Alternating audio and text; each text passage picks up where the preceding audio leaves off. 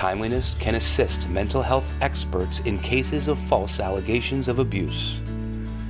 Cases involving false allegations of abuse and parental alienation call for detailed documentation by the targeted or rejected parent. The purpose of a timeline is to list major events, court filings, verbal and behavioral actions, and external investigations. By plotting out a timeline, one can visualize a sequence of events and behaviors over time, even years.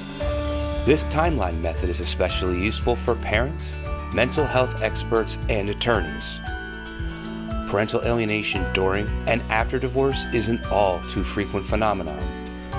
It's where one parent intentionally coerces and manipulates a child to reject his or her other parent. Parental alienation is usually a secretive and insidious process that's denied by the offending parent.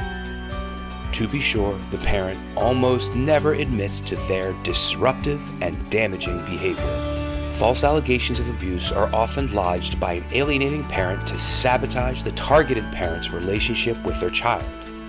False allegations are a ramping up of the alienating mission of the offending parent. Sometimes there are multiple allegations of abuse in an attempt to throw the other parent under the bus.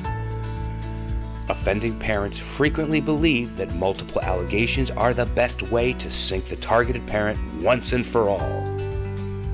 Compelling evidence of false allegations of abuse and parental alienation can be detected when examining the timeline of events and actions. The sequence of events and actions usually tells the story.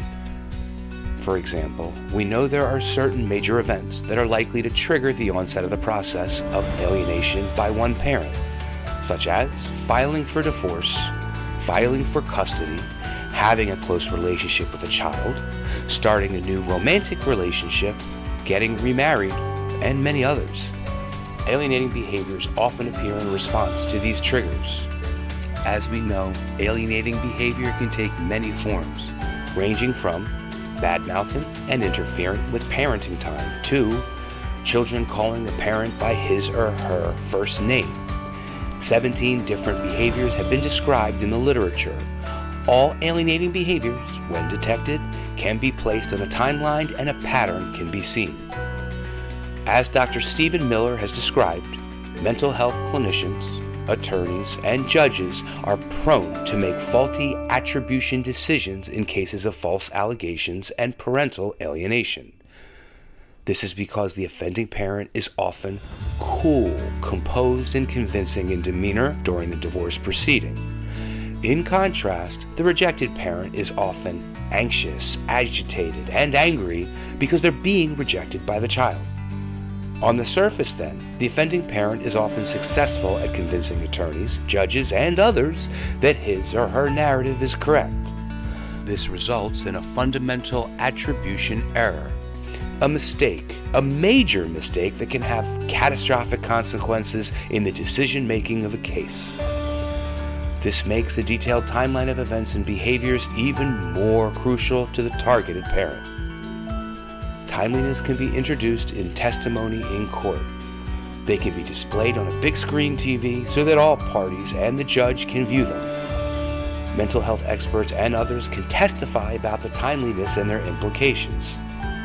Timelines are an excellent way to present documentation in a child custody matter. Displaying them in court usually captures the judge's or jury's attention. It's the perfect method for combining visual and auditory modalities in a presentation. Mental health experts play a vital role in cases of false allegations of abuse and parental alienation. Compelling evidence and opinions need to be presented in an understandable yet forceful manner. Timeliness fits that bill. Written by Dr. Alan Blotcky and produced by the Law Center. Click the link in the description portion of this video to learn more about them.